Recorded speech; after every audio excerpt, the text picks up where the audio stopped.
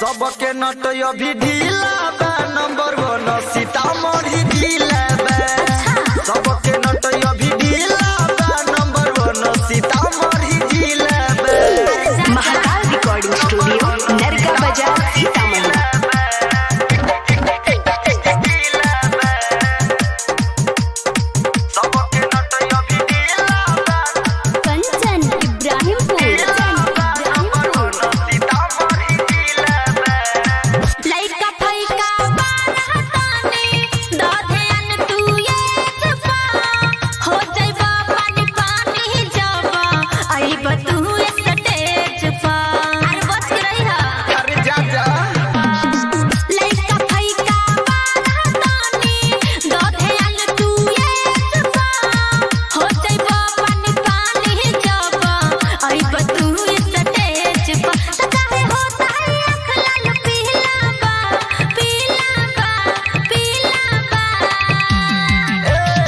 सबके नट अभी ढीला बा, नंबर 1 सीतामढ़ी जिला बा।